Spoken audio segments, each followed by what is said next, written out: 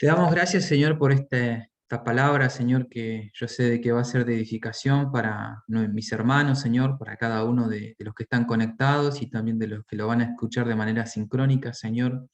Te ruego que tu presencia le esté dando, Señor, ese poder que tiene de dar vida, de generar cambios y que haya corazones con tierras fértiles para producir al 30, al 60, al 100 por uno, Señor, y que produzca el efecto que tu palabra tiene, Señor, de transformación.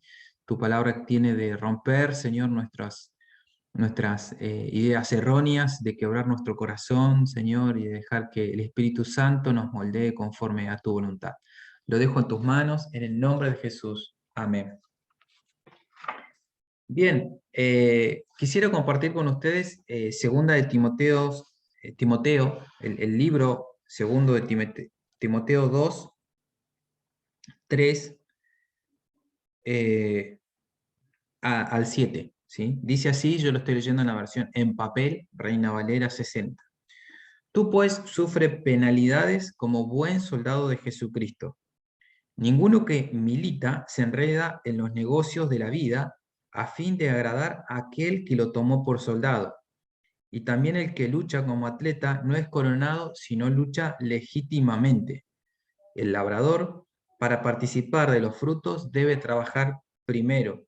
Considera lo que te digo y el Señor te dé entendimiento en todo. ¿Sí?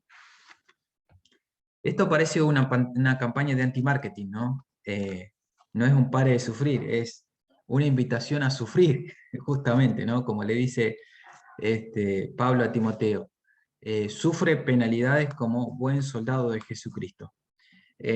Hablando de penalidades, ¿no? De penas, de sufrimiento, Pablo tenía vasta experiencia, ¿no? Muchísima experiencia. Él no era de los predicadores que ofrecía bendiciones sin ningún tipo de sufrimiento, ¿no? De hecho, él lo había experimentado por sí mismo, lo que era sufrir por Cristo. Y le estaba diciendo a su discípulo, a Timoteo, ¿sí? Que él también le iba a pasar lo mismo, ¿no? Que podía ser o sea, no, que podía ser no, que estas penalidades eran parte del ministerio y parte de la vida.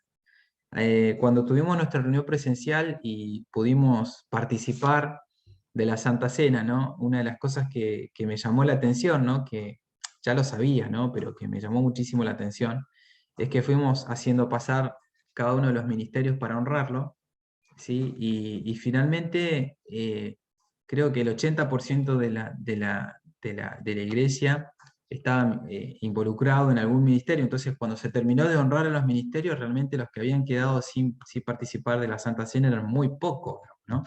Creo que eso habla mucho, ¿no? De que cada uno de los que estamos acá está militando, ¿sí? Está haciendo activamente trabajos que repercuten en el reino de Dios, ¿sí? Que están con ese compromiso. Y la verdad que yo me alegro muchísimo porque cada uno de ustedes está trabajando de alguna manera. Algunos en algunos ministerios formales, podríamos decirlo, ¿no? Que están avalados por dentro del liderazgo nuestro, ¿no?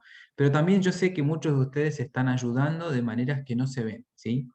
Y eso Dios sí lo ve, ¿sí? De manera que todo lo que hagas en secreto, Dios también te va a dar una recompensa en público, sea la oración, sea la ayuda, sea lo que vos estés haciendo, para el Señor no va a dejar de tener su recompensa. Yo sé que son una iglesia muy activa, una iglesia que está atenta a poder extender el reino de Dios y poder estar dispuesta a trabajar, ¿sí? En actividades que muestren eso a otros, ¿sí?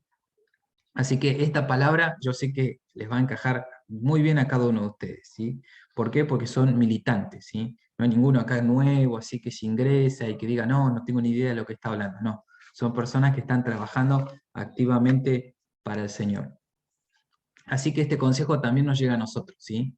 Timoteo no era un recién llegado, digamos. Era una persona que había acompañado a Pablo en todos sus viajes misioneros y que finalmente cuando Pablo estuvo preso, Timoteo quedó a cargo de cierta zona de lo que Pablo había predicado para edificar a las iglesias de ese lugar. Tito, Timoteo, Lucas eran personas que habían trabajado junto con Pablo y que luego Pablo les encargó de pastorear los lugares donde él había estado predicando. Y en ese contexto es que Pablo le dice, entonces, tú sufres penalidades como buen soldado de Jesucristo, ¿no?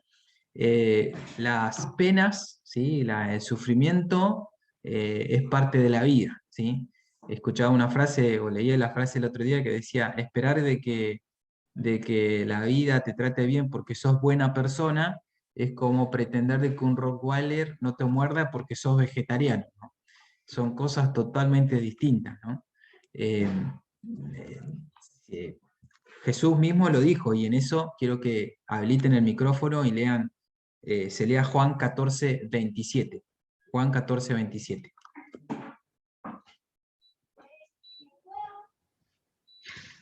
Dice, la paz os dejo, mi paz os doy.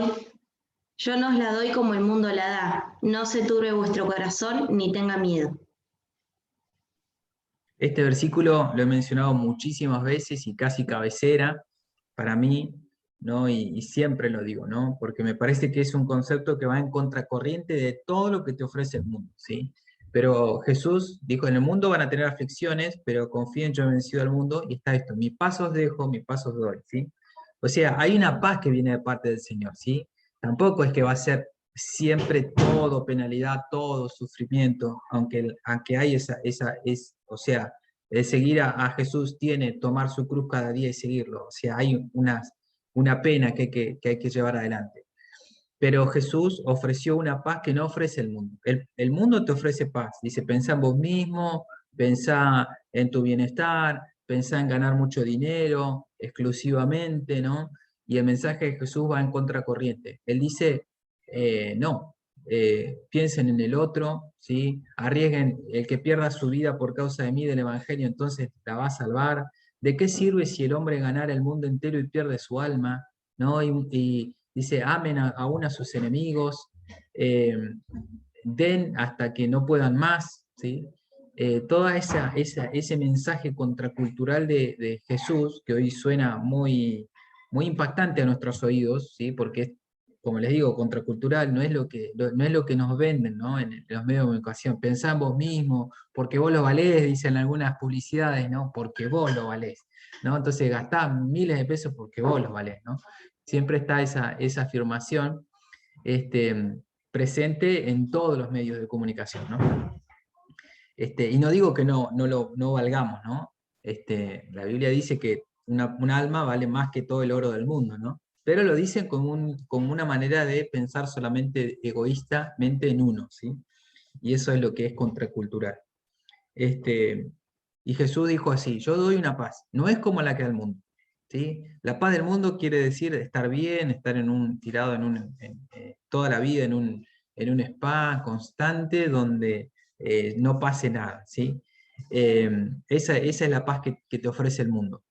Pero no es real, digamos, no es algo que se pueda mantener en el tiempo, ¿sí? No es algo porque las cosas, la vida no es así, ¿no? Y creo que una dosis de realidad siempre nos enfoca. La verdad duele, ¿no? Pero también nos hace libres. La verdad duele, pero también nos hace libres. Así que esto es la verdad. La vida tiene sus penas que tenemos que aprender a superar, ¿sí? Por eso Pablo le dice a Timoteo con una gran dosis de realidad, tú sufres penalidades como buen soldado de Jesucristo, ¿no? Timoteo era una persona que estaba a cargo de una iglesia o de una zona de iglesias, de varias iglesias que estaba pastoreando, y a veces ¿no? Uno dice, no, pero yo estoy trabajando para Dios, ¿cómo me puede estar pasando esto?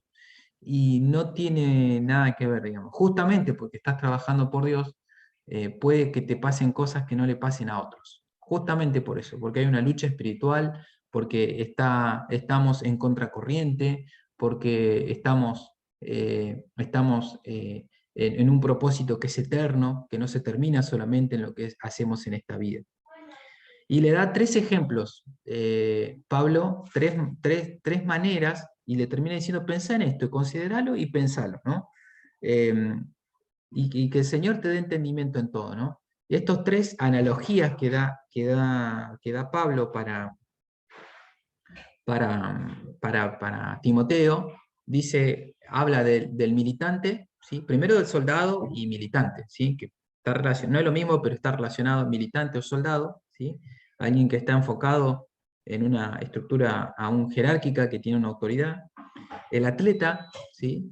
Y el labrador, ¿sí? Estos tres ejemplos da Pablo para hablar acerca de lo que es sufrir penalidades, ¿sí? Y el primero es militante, ¿sí? Tú sufres penalidades como buen soldado de Jesucristo, dice el versículo 3. Ninguno que milita se enreda en los negocios de la vida a fin de agradar a aquel que lo tomó por soldado. Y el otro día estaba hablando con Miguel, que ahí está al lado mío, por lo menos yo lo tengo por acá, capaz que alguno lo tiene por abajo, no sé, viste que lo acomoda como sea los cuadritos, pero yo lo tengo acá al lado, Miguel. Y Miguel me dice, sí, bueno, él está trabajando en seguridad, ¿no? Que es una de las fuerzas, ¿no? Seguridad privada. Y dice, yo cuando me llaman, tengo que ir. O sea, no puedo decir que no. Entonces eso te obliga a algunas cosas, no las puedo planificar, tengo que estar dispuesto, tengo que estar atento, y no es que no puede decir que no, pero si él dice que no, dice, no, si yo digo que no, les va a caer mal, ¿no? Y está totalmente relacionado con este versículo. Pues dice, ninguno que milita se enreda a los negocios de la vida para fin de agradar a aquel que lo contrató, ¿sí? Entonces él está intentando agradar a aquel que lo contrató. Por eso no quiere decir que no, no es que no puede, podría decir que no a algunas circunstancias, pero eso lo obliga a decir, no, sí, mañana dentro de una hora te pasan a buscar para unidad LAC. Sí, ¿no? Y yo creo que es lo que le estaba diciendo Timoteo Pablo a Timoteo, ¿no? No te enriedes de manera que cuando el Señor te llame, vos tenés que decir que sí. ¿Sí? Y este versículo a veces se ha mal interpretado, porque acá dice, ninguno que milita se enrieda, dije yo, se enreda, le puse una I de más, se enreda en los negocios de la vida, ¿sí?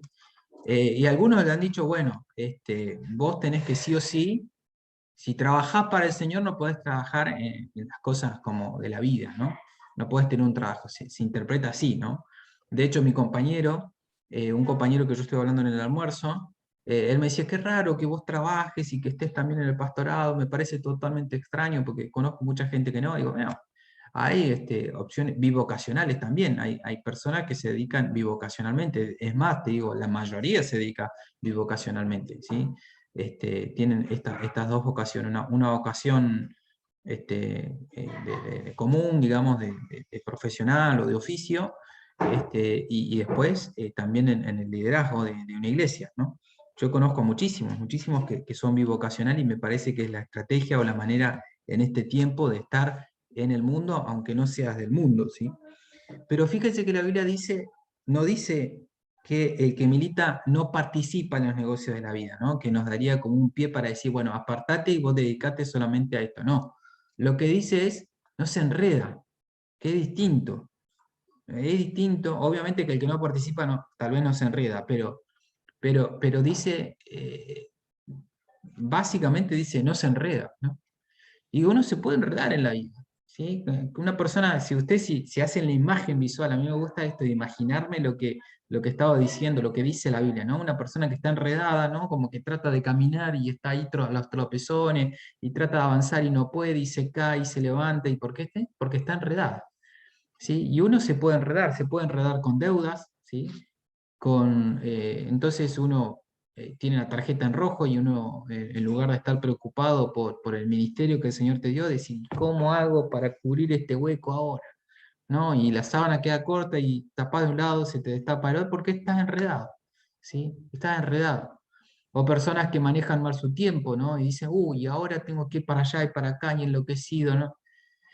Y yendo para acá, me hace acordar un dibujito animado donde de repente una gallina empieza a gritar, ¡que no cunda el pánico! Y se ve todo el gallinero así como en un dron, y todas las gallinas empiezan a correr enloquecidas y se empiezan a chocar entre todas. ¿No? Hay gente que está así, ¿no? ¡Que no cunda el pánico!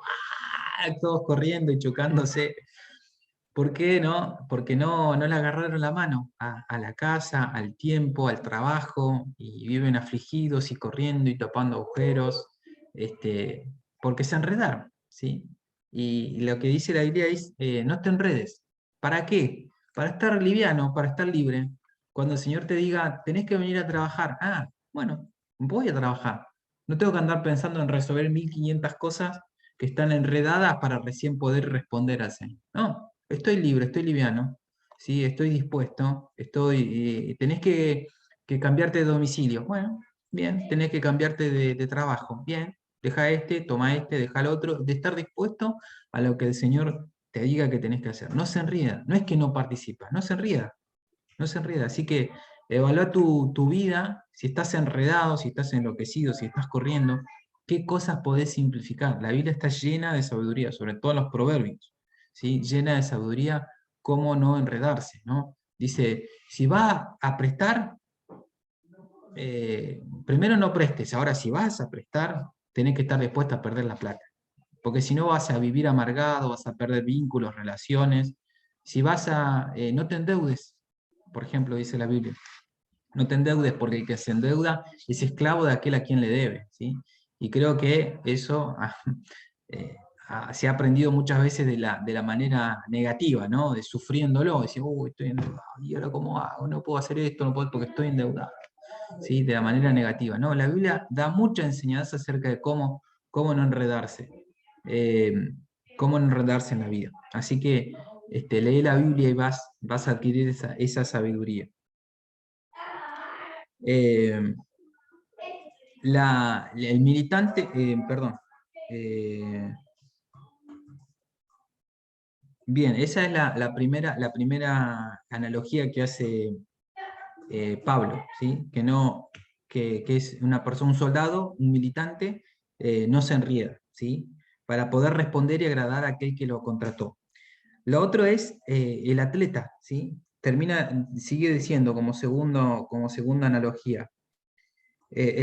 También el que lucha como atleta no es coronado, sino lucha legítimamente. Para esto quisiera que se lea Hebreos 12, del 11 al 13. Hebreos 12, del 11 al 13. Es verdad que al presente ninguna disciplina parece ser motivo de gozo, sino de tristeza, pero después da fruto apacible de justicia a los que en ella son ejercitados. Por eso, fortaleced las manos cansadas y las rodillas debilitadas. Enderezad el camino para vuestros pies, para que el lisiado no se desvíe, antes sea sanado. El atleta nos habla de disciplina, ¿no? Cuando acá habla dice lucha legítimamente. A veces he visto algunas noticias o algunos videos de deportistas que hicieron trampa, ¿no? Y vos lo ves que hubo uno que se reemplazó por el gemelo para poder correr más distancia y más descansado, otro que tomó un atajo, había un ciclista que tenía un motorcito chiquito para poder hacer más fáciles las subidas, ¿no? No lucharon legítimamente. Ahora, el que lucha legítimamente, ¿sí? ¿Qué tiene que tener? Sobre todo, disciplina, ¿sí? Y como decía el versículo que leyeron recién, ninguna disciplina al momento parece ser causa de gozo, ¿no? Uy, qué lindo que es pasar hambre y no comer por la dieta. No produce alegría. Oh, qué lindo es salir a correr. Después sí, pero al principio da fiaca, ¿no? Uno no quiere. Qué lindo que es ayunar y orar. No, y a veces no es así, pero es una disciplina. Es esa disciplina que nos permite marcarnos como atletas, ¿no? Si vos querés luchar legítimamente, la disciplina te va a llevar lejos, pero si no, ¿no?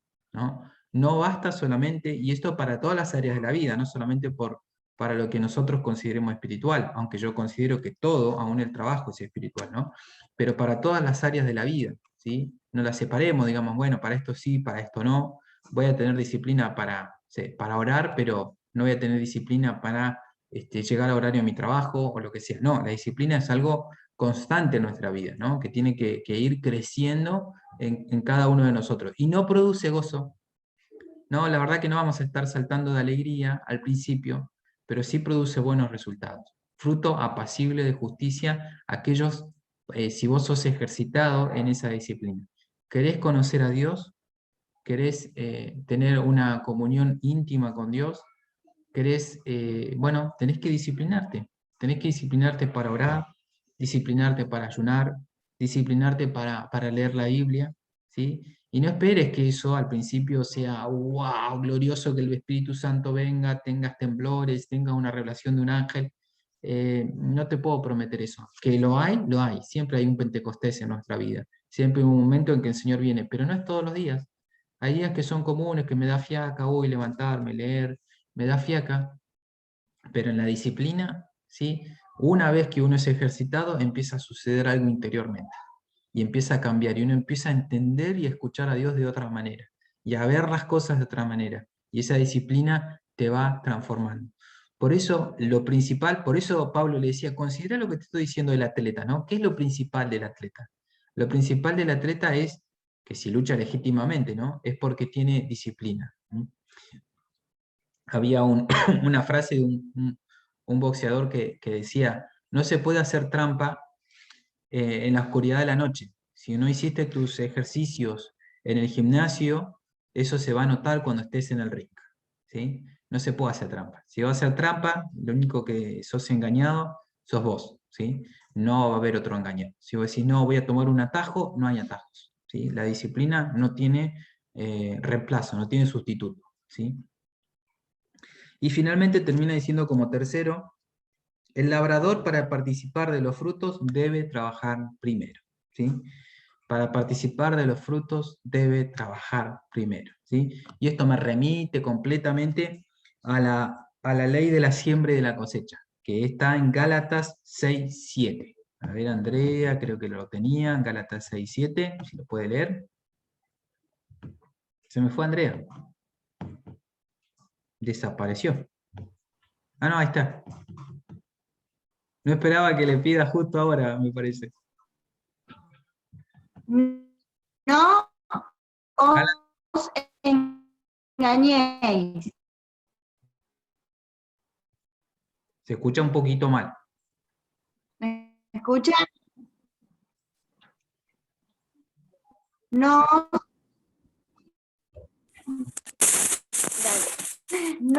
os engañéis. Dios no se ha burlado, pues todo hombre esperaré, eso bien llegará. Todo lo que el hombre sembrare, eso también segará. ¿Podés repetirlo? Aguanten que leo otra vez. ¿Se escuchó? Repetir. No os engañéis. Dios no puede ser burlado, pues todo lo que el hombre sembrare, eso también segará. Ahora sí se escuchó, ¿sí? La ley de la siembra y la cosecha, ¿sí? No se engañen, no se engañen, ¿sí? Uno a veces se miente a uno mismo. Dios no puede ser burlado. No es que le va a hacer no le vas a hacer la vueltita a Dios, ¿no? No podés. Todo lo que el hombre siembra, también cosecha, ¿sí? Y te sigue diciendo, si siembran para el espíritu van a cosechar vida y paz, ahora si siembran para la carne van a cosechar muerte, ¿sí? El pasaje sigue leyendo, ¿no? Pero nos habla de la ley de la siembra y la cosecha. ¿Y qué más, aparte de paciencia, ¿sí? ¿Qué es lo que tiene, aparte de trabajo, digamos, qué es lo que tiene que tener el labrador? Paciencia, ¿no? Porque uno tiene primero que sembrar para después cosechar. Y esa siembra y esa cosecha no es inmediata, ¿sí? Tiene que esperar de que evolucione, que pase todo el proceso, que genere vida, que crezca. No es inmediata, ¿sí? Entonces uno a veces se impacienta, ¿no? Digo, yo estoy sembrando, ¿y cuándo voy a cosechar, no? Pero a mí me encanta esta ley de la siembra y la cosecha porque para mí es muy poderosa y muy esclarecedora, ¿sí? Para participar de los frutos, el labrador debe trabajar primero, ¿sí? Pone el acento en esto, debe trabajar primero. Eso es el acento donde lo pone Pablo, ¿no? Hay un pasaje, escuchaba una vez un pastor, Daniel González, que hablaba, decía lo siguiente, decía, hay un pasaje que dice, instruye al niño en su camino y aun cuando fuere viejo no se apartará de él, o cuando sea grande no se va a apartar de él, ¿sí? Y dice, él decía, hay padres que no tienen vergüenza, dice, que no instruyeron, no enseñaron, no indicaron, no pusieron límites, y después reclaman cosechas de cosas que no sembraron. Entonces después cuando viene el tiempo dice, che, pero ¿por qué? ¿Y por qué no sembraste? No sembraste tiempo, no sembraste sabiduría, no sembraste oración, no sembraste búsqueda de Dios, no sembraste. Entonces si no sembraste, después no reclames, tenés que trabajar primero. ¿Cuáles son las cosechas? Todo lo que vos tenés hoy en tu vida es resultado de una siembra que realizaste previamente. Todo. Entonces, si no te gusta la cosecha, decís, che, no, la verdad que esta cosecha no me está gustando. Revisá qué sembraste. ¿Sí? ¿Qué sembraste? Sembraste indiferencia, si hay un vínculo, por ejemplo, que no es saludable. Sembraste indiferencia, sembraste falta de tiempo, falta de atención. ¿Qué sembraste? ¿Sí? Porque todo resultado, ¿sí? Como les digo, toda cosecha actual es resultado de una siembra anterior. ¿Sí? Ahora, si vos querés cambiar la cosecha, tenés que cambiar la siembra. No hay mucho misterio en esto. Y hay que esperar, ¿no? Porque uno dice, bueno, hoy ya cambié, ¿no? El Señor me habló, me tocó, yo a partir de hoy cambio, ¿listo? Vas a tener que tener paciencia, porque la siembra no sucede, la cosecha no sucede inmediatamente. Primero hay que esperar. Vos sembrás y hay que esperar. Todo lo que el hombre sembrare, este también segará. Dios no puede ser burlado. No es que le vas a hacer la vueltita a Dios. No se puede. Bien, y les voy a leer un pasaje donde habla de las penalidades que sufrió Pablo, como para que veamos que nuestras penalidades no son tantas tampoco. Porque Pablo la verdad que da un ejemplo grande en esto, en 2 Corintios 11, del 23 al 33, nos habla acerca de las penalidades que él sufrió. Dice, ¿son ministros de Cristo? Como si estuviera loco hablo, yo más. En trabajos, fíjense lo que dice, en trabajos más abundante, en azotes sin número, en cárceles más, en peligros de muerte muchas veces. De los judíos 5 veces he recibido 40 azotes menos uno. 3 veces he sido azotado con varas, 1 vez fui apedreado, 3 veces he padecido naufragio. 1 noche y 1 día he estado como náufrago en alta mar, en caminos muchas veces, en peligros de ríos, peligros de ladrones, peligros de la dominación, peligros de los gentiles, peligros en la ciudad, peligros en el desierto, peligros en el mar, peligros en falsos hermanos, en trabajos y fatiga, en muchos desvelos, en hambre y sed, en muchos ayunos, en frío y en desnudez, y además de otras cosas, lo que sobre mí se agolpa cada día es la preocupación por las iglesias. ¿Quién enferma y yo no enfermo? ¿Y a quién se le hace tropezar y yo no me indigno? ¿Sí? Ese era el currículum de penalidades que sufría Pablo. Así que cuando él estaba diciendo sufre penalidades como buen soldado de Jesucristo, sabía de qué estaba hablando. No estaba hablando de que nada, se me quemó la comida. No estaba hablando de eso, ¿no? Y ahora, o si uno se compara con esto, como dice, con los sufrimientos que tuvo Pablo, uno se compara y dice, no, miren, yo estoy demasiado bien, es como que necesito otra cosa, ¿no? No te quejes, ¿no? Si decías así, después cuando vengas, pero la penalidad, ¿no? Pero sí nos pone las cosas en perspectiva, ¿sí? Si nosotros, una de las cosas que tenemos que hacer es no compararnos, ¿no? No decir, bueno, tengo porque no es, ¿no? A cada uno Dios le dio una medida de gracia y de sufrimiento también, ¿sí? Tal vez no tengamos que sufrir estas penalidades como las mismas penalidades como las que sufrió Pablo, pero sin duda sí tenemos el llamado a tomar nuestra cruz cada día y seguirlo, ¿sí? Y se va a manifestar de distintas maneras, ¿no? ¿Cuáles son esas penas que nosotros podemos sufrir? Tal vez la pena de la inexperiencia, ¿sí? Decir, bueno, yo estoy trabajando en esto, pero la verdad que no sé cómo hacerlo bien, o cómo hacerlo mejor, ¿sí? O de sentirse incompetente, ¿sí? Que tengas un don no quiere decir de que este don, como todo don, tiene que ser ejercitado, ¿no? No solamente hay que tener el talento, ¿no? Sino también la disciplina, ¿sí? La desilusión, ¿sí? De aportar, de hacer algo y de que no produzca los resultados deseados. La pena o sufrir la penalidad del conflicto, ¿no? Uno quisiera que siempre no hubiese inconveniente, que siempre estuvimos bien unos con otros, pero no siempre es así. ¿sí? Siempre puede haber un conflicto y sobre todo los conflictos que más duelen son los de las personas más cercanas, ¿no? El esposo, la esposa, los hijos. Cuando hay conflictos en esa área, uno sufre una pena, ¿sí? Hay conflictos. El del cambio, esto mismo que estamos teniendo ahora, el Zoom, ¿no? Si no, otra vez virtual, ¿por qué no nos juntamos de una vez por todas? Queremos lo de antes, no quiero cambiar. Yo doy gracias a Dios porque muchos sí se adaptaron, ¿eh? Pero es una pena, decir, no, no quiero esto, yo quiero que sea todo igual que antes. Bueno, no va a ser todo igual que antes. Aunque volvamos a ser presencial, seguro algunas cosas van a cambiar. Pero el cambio es una pena que tenemos que sufrir. A veces una mala salud, ¿sí? Acá lo que dice Pablo no lo menciona, pero en otros pasajes de la Biblia habla acerca de que él tenía problemas, un aguijón en la carne, que lo azotaba para que las revelaciones no... Ese aguijón en la carne le hacía acordar a Pablo que era humano, ¿sí? Más allá de las revelaciones profundas que había tenido en Dios, que él seguía siendo humano, ¿no? Que él seguía estando en esta tierra. Y una mala salud es una pena que muchas veces podemos sufrir. Nosotros, bueno, tenemos también nuestras penas en lo familiar, o gracias a Dios hoy Vero está bien, ¿no? Pero su espalda a veces nos ha hecho sufrir estas penas.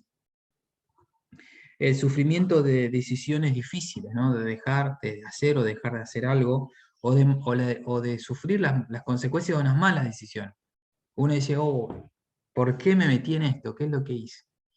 Qué macana, porque si hubiese sabido, no hubiese dicho eso, no hubiese hecho eso, ¿no?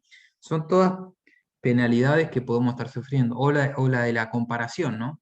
Cuando uno se compara por mucho o por poco, ¿no? Asaf decía, yo casi me desvío del camino del Señor cuando me empecé a comparar con aquellos que se prosperaban lejos de los caminos de Dios. Y me dije a mí mismo, ¿de qué me sirve ser azotado todas las mañanas y sufrir penas y estar en el templo de Dios si yo veo a aquellos que no tienen en cuenta a Dios prosperan?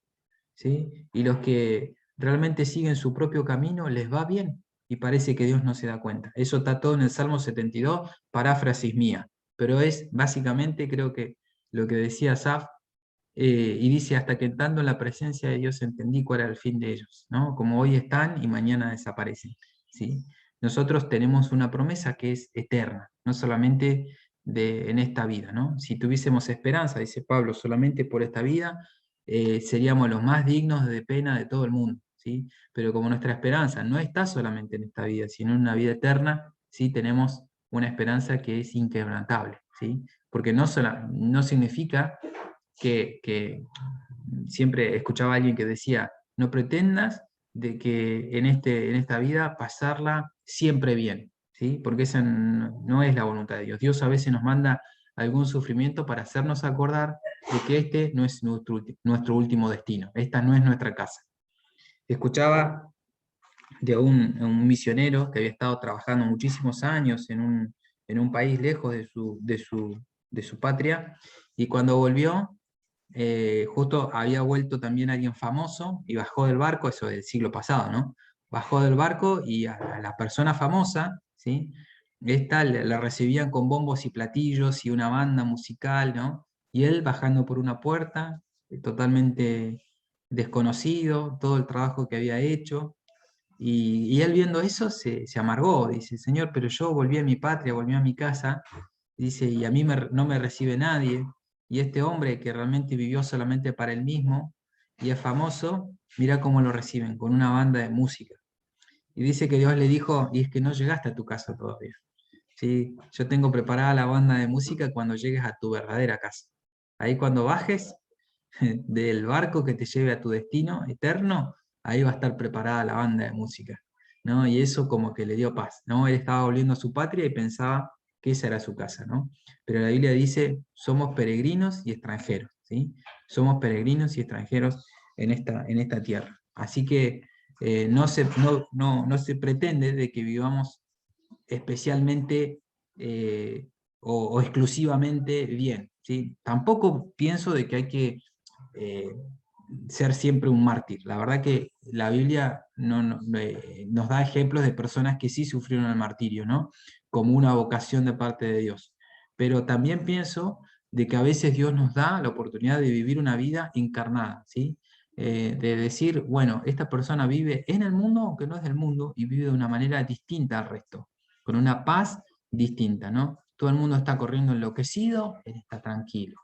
Todo el mundo está con desazón por las muertes que han sucedido, y él está con una esperanza, aunque puede ser obviamente que con tristeza, pero con una esperanza distinta, porque tenemos nuestra esperanza más allá de este mundo, ¿sí?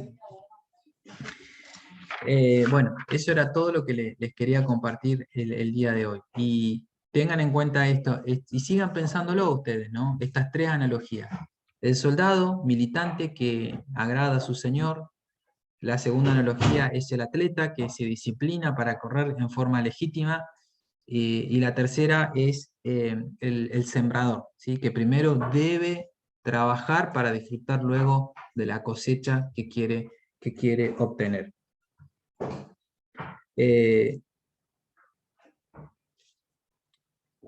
Y lo dejamos ahí, ¿sí? Lo dejamos ahí. Había algunas cositas más, pero lo dejamos para otra ocasión, ¿sí?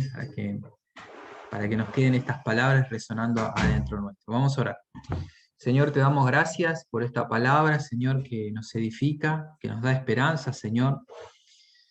Señor, que cada uno de mis hermanos sea levantado, Señor, por tu poder, que tenga ese